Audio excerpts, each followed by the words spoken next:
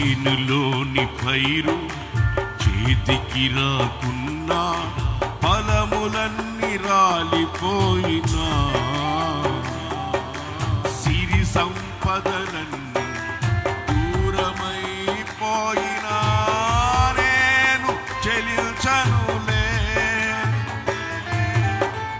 నిశ్చలమైన రాజ్యం కొరకే ఎల్లవేళలా నిన్నే ఆరాధింతునే.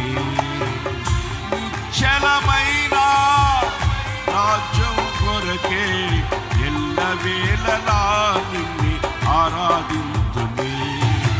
నా గీతారాధనలో యేసయ్యా నీ కృపా